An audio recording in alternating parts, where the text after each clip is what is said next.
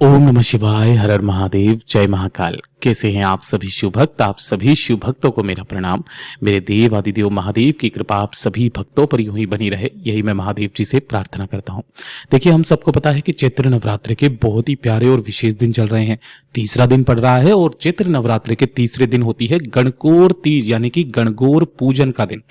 पूज्य गुरुजी ने कहा कि ये वो तीज का दिन होता है महाराज, जिस दिन जितनी भी स्त्रियां होती है, माताएं, बहनें हैं, उनके जन्मों जन्मांतर के दुख, उनके जन्मों जन्मांतर के कष्ट खत्म हो जाते हैं। अगर उनकी कोई विशेष मनोकामना है, कोई इच्छा है जो महादेव कभी सुन नहीं रहे हैं, काफी सारे उपाय व्रत सब कुछ करके देख लिया, तो इस गणगौर तीज के दिन ये 8 चीजों को दान करने वाला जो पूज्य गुरुजी ने उपाय बताया, महाराज 7 जन्म तक के जितने भी कष्ट होते हैं, जितने भी दुख होते हैं, वो उसके जीवन से खत्म हो जाते हैं और बड़ी से बड़ी कामना पूरी होती है। पूज्य गुरुजी की कथा से सुन करके और समझ करके इस पूरे उपाय को बहुत ही आसान भाषा में आप सभी लोगों को बताऊंगा। परंतु उससे पहले आप सबसे बस एक छोटी सी प्रार्थना करूंगा कि जो भी लोग पहली बार आए हैं, चैनल को सब्सक्राइब जरूर से कीजिएगा और वीडियो को लाइक करके देवादिदेव महादेव का कोई सा भी प्यारा नाम कमेंट बॉक्स में लिखना बिल्कुल भी मत भूलिएगा। इस पूरे वीडियो में हम 4 महा उपायों के बारे में बात करेंगे जो आपकी अलग अलग कामना पूर्ति के लिए सिद्ध होंगे, तो आपको ध्यान से सुनना है और समझने की कोशिश करना है। सबसे पहले बात करते हैं हमारे पहले वाले उपाय। पहला वाला जो उपाय था, मैंने आपको पहले भी कहा था कि गुरुदेव ने कहा कि गणगौर तीज का जो दिन होता है वो भागिन स्त्रियां सकती है और कुंवारी स्त्रियां सकती है, दोनों को ही उनके पूरे व्रत का फल जीते जी मिल जाता है।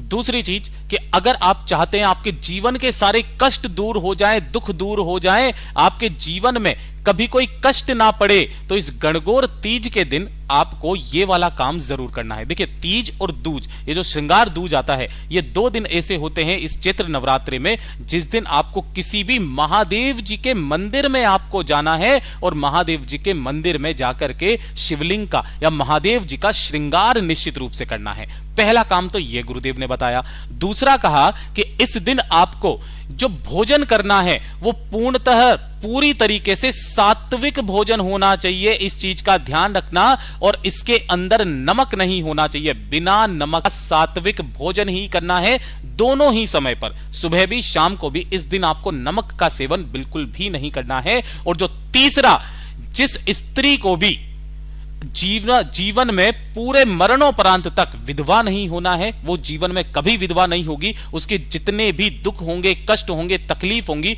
वो सारी की सारी तकलीफें दूर हो जाएंगी। उन्हें ये तीसरा काम तुला दान जरूर करना है। अब ये तुला दान क्या है? क्या किसी भी तरीके का तुला ला करके हमें दान में दे देना है? नहीं।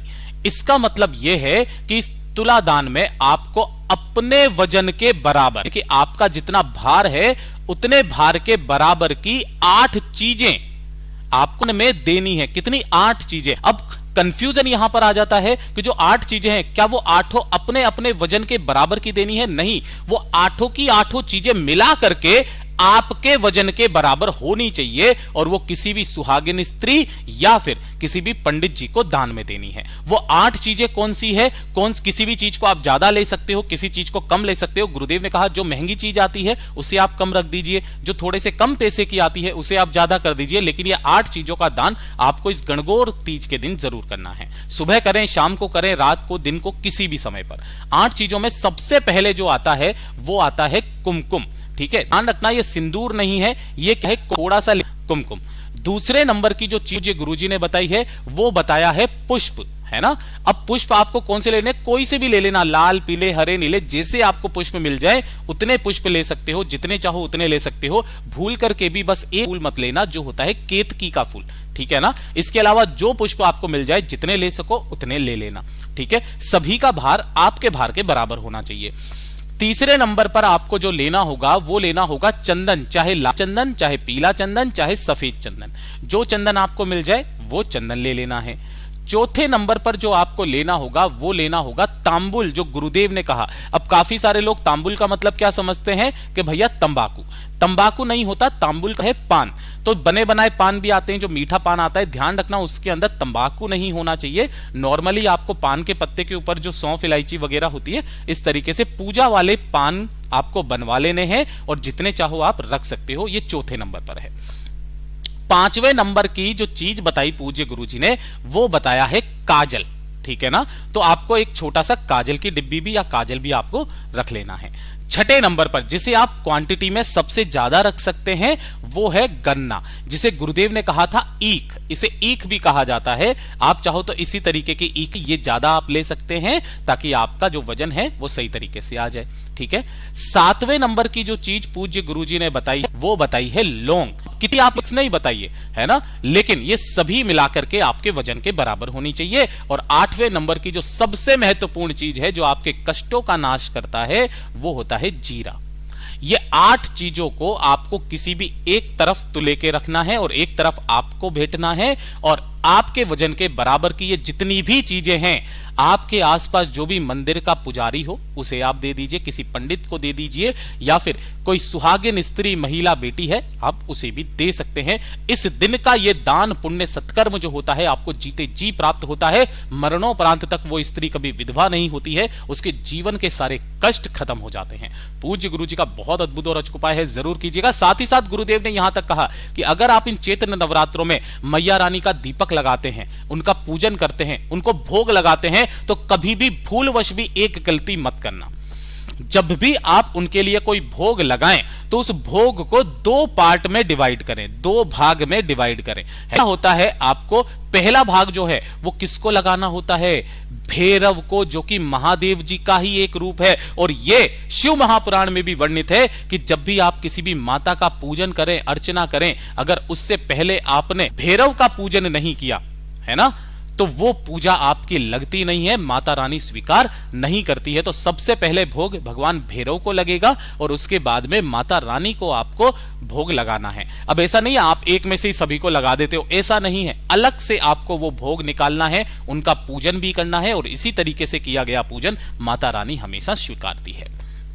ये जो जरूरी जानकारी थी ये मुझे आपको देनी थी, तो ये आपको जरूर करना है। और दूसरे नंबर का जो उपाय है, जितनी भी पति पत्नियां होती है सबसे ज्यादा समस्या होती है कि उनके बीच में लड़ाई झगड़े क्लेश बहुत ज्यादा होते हैं, छोटी छोटी सी बातों पर बिगड़ने लगती है। साथ ही साथ कभी कभी तो ऐसा लगता है कि जीवन बहुत कष्टमयी हो चुका है, हम दोनों साथ नहीं रह सकते हैं, दोनों के बीच का प्रेम खत्म हो गया है।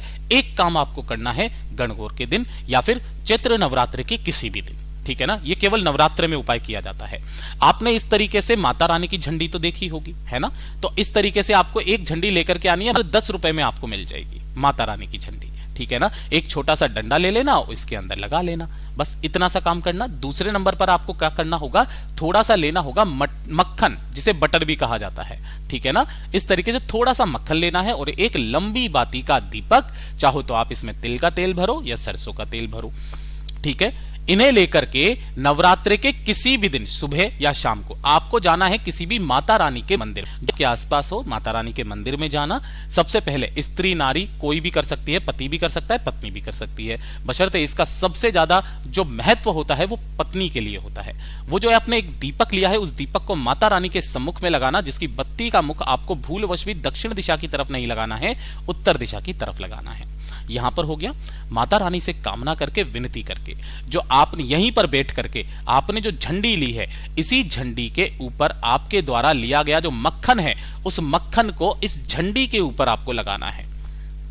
अच्छे से इस झंडी के ऊपर मक्खन लगा करके जब आप मंदिर से निकलेंगे, पति जीवन में प्रेम बढ़ाने के लिए, रिश्ते सुधारने, लड़ाई झगड़ों को खत्म करने के लिए उस झंडी को माता रानी के मंदिर में कहीं पर भी आपको लगा करके आ जाए। कोई जरूरी नहीं है कि उस ध्वजा को आप बिल्कुल ऊपर ही लगाएं, आप नीचे कहीं पर भी उस मक्खन लगी झंडी को, माता रानी की झंडी को लगा करके आ जाना। उसी दिन से आपके जीवन में प्रेम रस बहने लगेगा। पूज्य गुरु जी का बहुत अद्भुत और अचूक उपाय है, जरूर कीजिएगा। और ये तीसरे नंबर का उपाय इस चैत्र नवरात्र में आप सभी लोगों को जरूर करना है। ये चाहे चैत्र नवरात्र में करो, चाहे शारदीय नवरात्रों में, चाहे गुप्त नवरात्रों में, ये वाला उपाय सिर्फ नवरात्रों में किया जाता है, जो साल में 4 बार पड़ते हैं, ठीक है ना। अगर आपके घर में धन नहीं आ रहा है, संपदा की कमी है, परिवार आगे नहीं बढ़ रहा है, कोई शत्रु है जो आपको परेशान कर रहा है, परिवार में बेवजह कोई ना कोई कष्ट परेशानी हमेशा लगी हुई रहती है, तो इस वाले काम को चैत्र नवरात्रि की किसी भी एक रात्रि को आपको करना है। क्या करना होगा, एक लेना होगा आपको लौंग का जोड़ा, ठीक है। जब भी मैं जोड़ा बोलूं तो कितनी लौंग लेनी है, 2 लौंग आपको लेनी है, जिसके ऊपर का फूल भी होना चाहिए।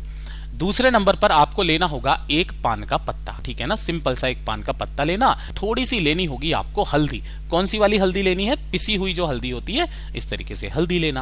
अब अपनी घर पर आपको करना क्या है, जो हल्दी आपने ली है उसी हल्दी से आपको इस पान के पत्ते के ऊपर एक स्वस्तिक का निर्माण करना है। आपको दिखाई नहीं दे रहा होगा क्योंकि हाइलाइटर से बना रहा हूं, थोड़ा सा गहरा करके बता देता हूं कि एक स्वस्तिक आपको इसके ऊपर बना देना है। बना देने के पश्चात आपको एक लौंग का पर रख देना है और साथ ही साथ 9 काले तिल इसके ऊपर आपको रखना है और 9 काले तिलों को रख करके इस पान का पान ऐसे लपेटते हैं ना, इस तरीके से लपेटना, अपने पूरे घर में घुमा करके आसपास जो भी माता रानी का मंदिर हो या फिर आपने घर पे कलश स्थापना करी है, माता रानी को स्थापित किया है, तो उस चौकी पर जाकर के चैत्र नवरात्रि की किसी भी एक रात्रि को रख देना, आपके घर की सारी समस्याएं खत्म होगी। पूज्य गुरु जी के सभी उपाय बहुत ही ज्यादा खास और अद्भुत है, जरूर कीजिएगा। वीडियो पसंद आए तो लाइक जरूर करना, चैनल को सब्सक्राइब जरूर कीजिएगा। मैं आपसे मिलता हूं अगले वीडियो में, तब तक के लिए ओम नमः शिवाय, हर हर महादेव, जय महाकाल, जय माता रानी।